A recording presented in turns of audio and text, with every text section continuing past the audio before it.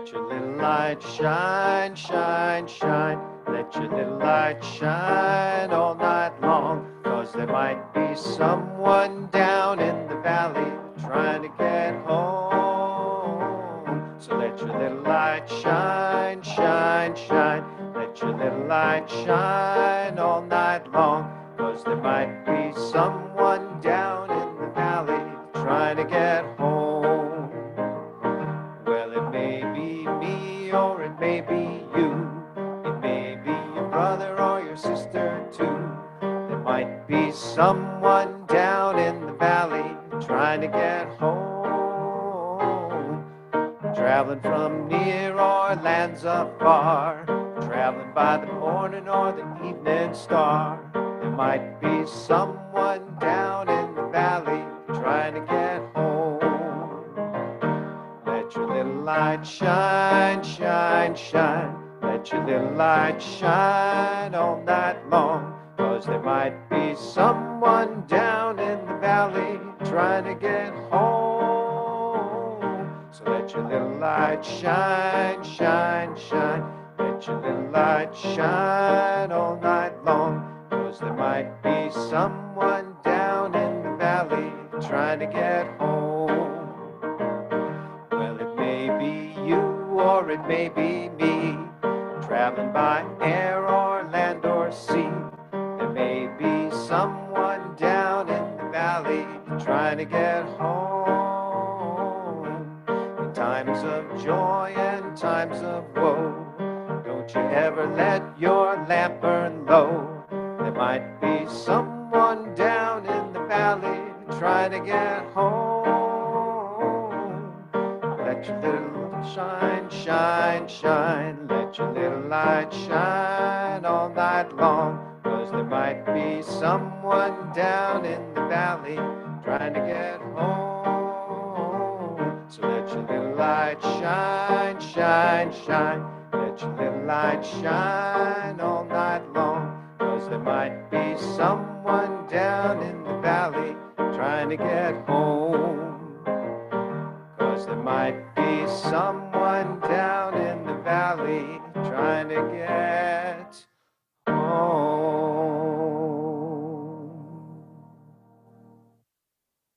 Today we have a time for all ages, and so I welcome children, young at heart, and really everyone to come to your computer screen and join us in a time together. This is called Creating Home. Have you ever moved to a new home? What did you look for in an apartment or a house that you might move into? A place to set up your Legos, an area for your craft corner, space to set up your train set?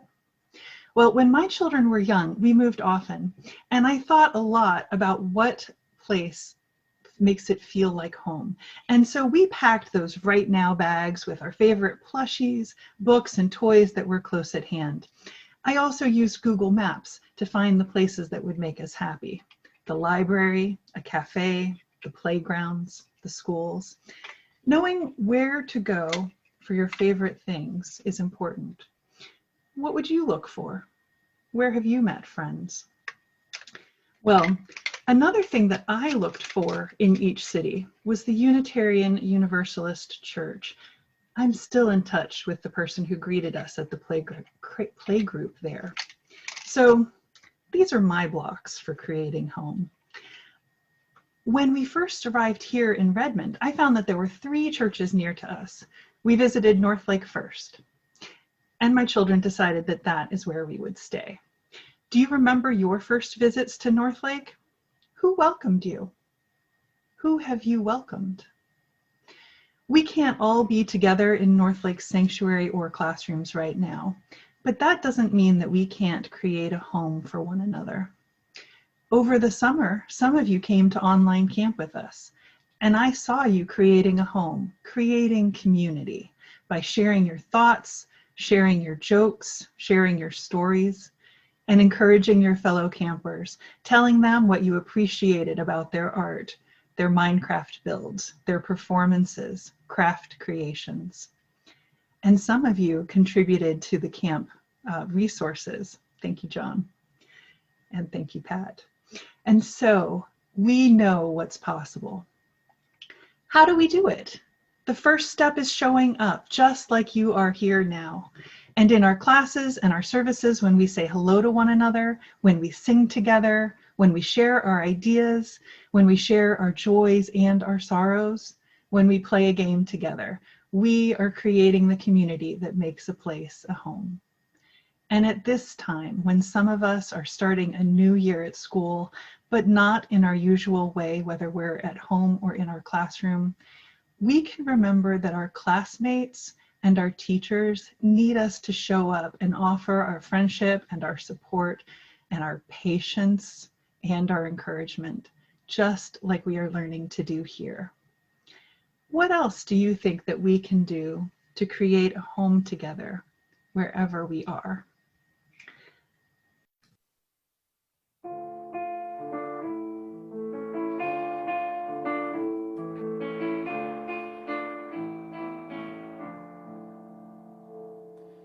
Return again, return again, return to the home of your soul. Return again, return again, return to the home of your soul. Return to who you are, return to what you are, return to where you are, born and reborn again. Return to who you are, return to what you are, return to where you are, born and reborn again. Return again, return again. Return to the home of your soul. Return again, return again. Return to the home of your soul.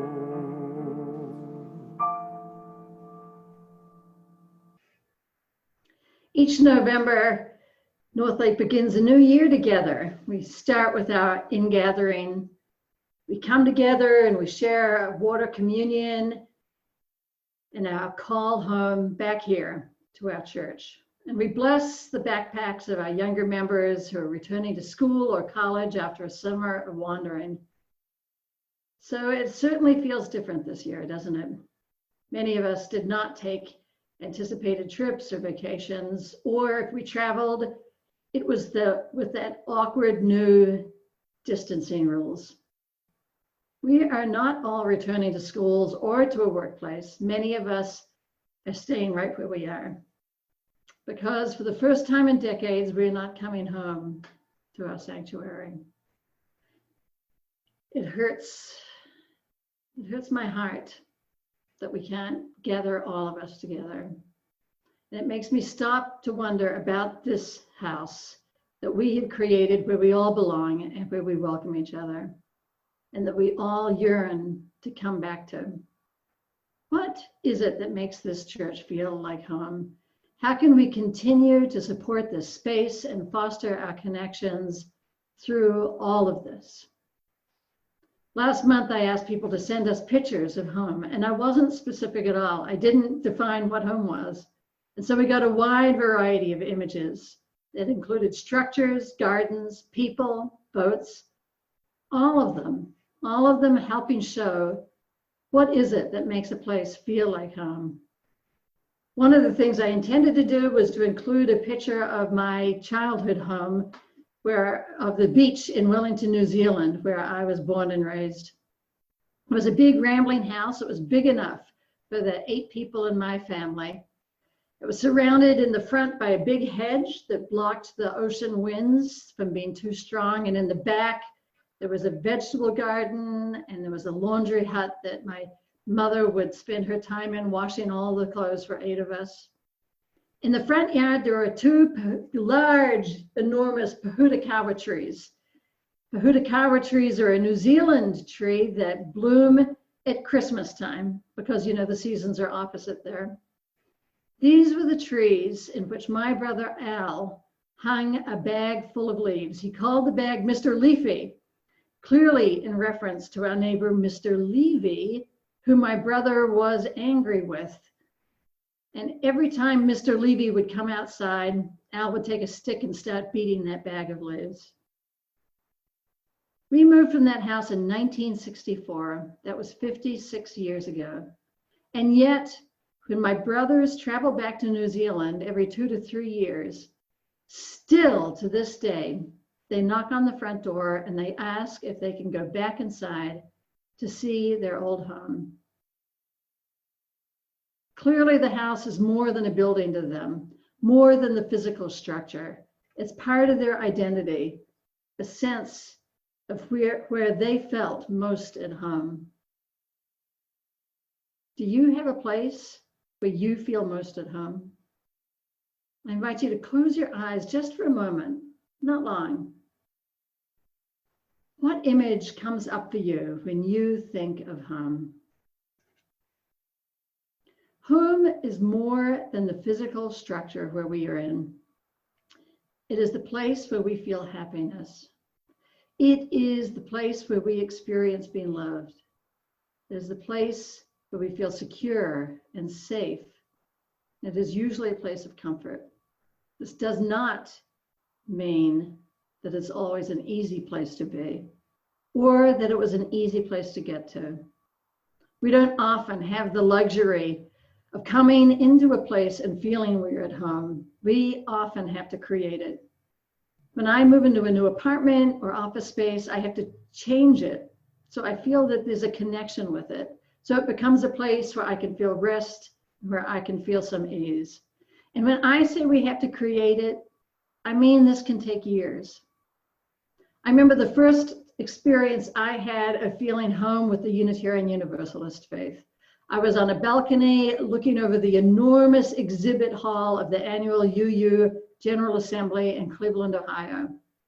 And as I looked out, I saw some people over here promoting fair trade coffee, and there was a group of people here in another booth advocating for animal rights. Here was the booth selling political t-shirts and another on prison reform. And as I looked out at thousands of people gathering, discussing, grappling with all these things, I thought, I have found my people, my home. But what would have happened if I hadn't first experienced years of feeling disconnected and alone? David Whyte, in his poem, says, "This is the temple of my adult aloneness, and I belong to that aloneness as I belong to my life. This is the temple of my adult aloneness, and I belong to that aloneness as I belong to my life." Each of us is ultimately alone with ourselves. When you close your eyes or sleep, it's only you, alone with your thoughts and feelings, and we just can't fight that. But we don't need to be lonely as we grapple with our adult aloneness. It took me years of being alone and being lonely to see that I could be both alone and belong. The work of creating a home is more than putting down a colorful tablecloth or adding a few flowers, although they help. It's the internal work of finding how we can be alone and belong. I go back to David Whyte. He says, "This is the bright home in which I live. This is where I ask my friends to come.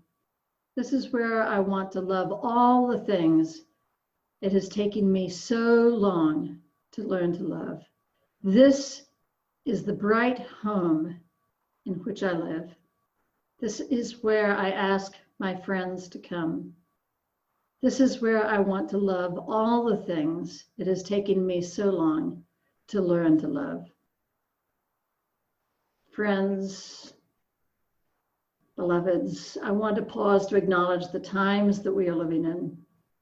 Just twice this last week, I was talking with a colleague and I was sharing about how things are going well for me, and yet I wake each morning with this low level of agitation and I feel off kilter. And both of them reminded me that what I'm experiencing is the same thing everyone is experiencing. We don't feel normal.